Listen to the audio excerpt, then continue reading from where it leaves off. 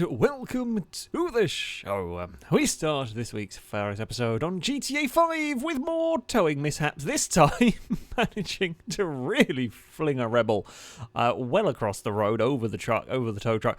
Yeah, I'm not sure this recovery service is going to be used again if you're going to fling vehicles around quite that far. I mean, it can be sort of reconnected and you can carry on and whatnot, but yeah, towing is dangerous. What we are learning.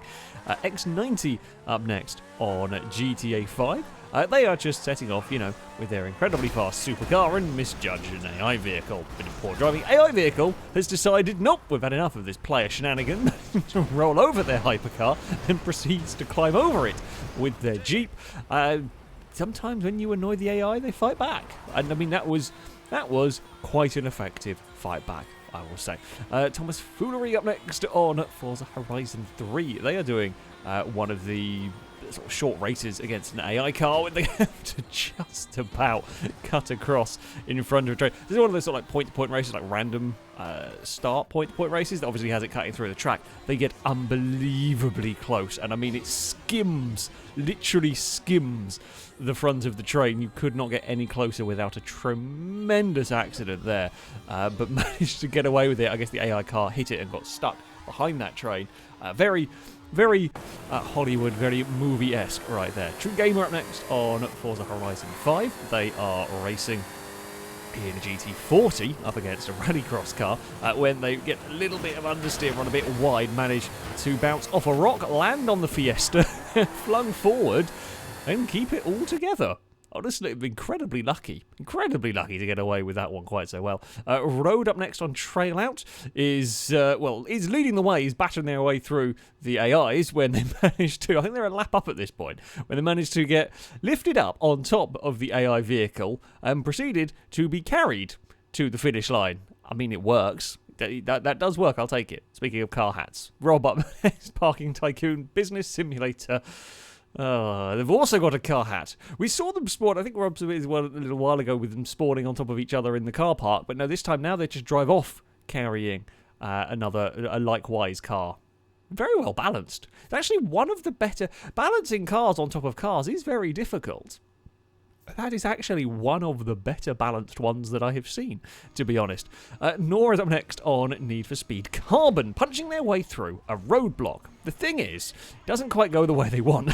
They've managed to clip the Corvette while it's tumbling, that flicks their car up into the air, and the Failrace Police Department's new manoeuvre is very effective. Turns out, if you shovel your cars underneath the running away vehicle, it can't put its wheels on the ground and can't go anywhere. So, there we go.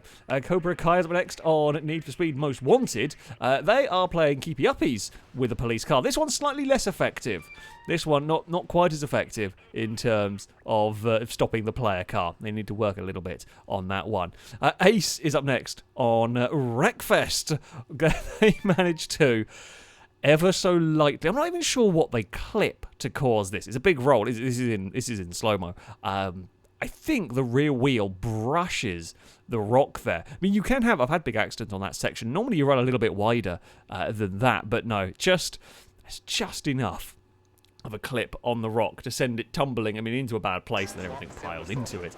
Now, we are on to EAWRC with the LMP Gnome up next. The traditional rallying accident is the roll and carry on, right? It happens a fair few times. This time, though, it's a little bit more extreme than that. It does amazingly. Roll and carry on is essentially what happens, but it's how did it get away with it in this one? The Skoda's everything's going relatively okay. They don't slow down enough. They fall off the cliff, manage to go for a roll, bounce back up it, and with the way the road is facing, they land perfectly to just carry on. They don't barely even have to touch the steering at that point.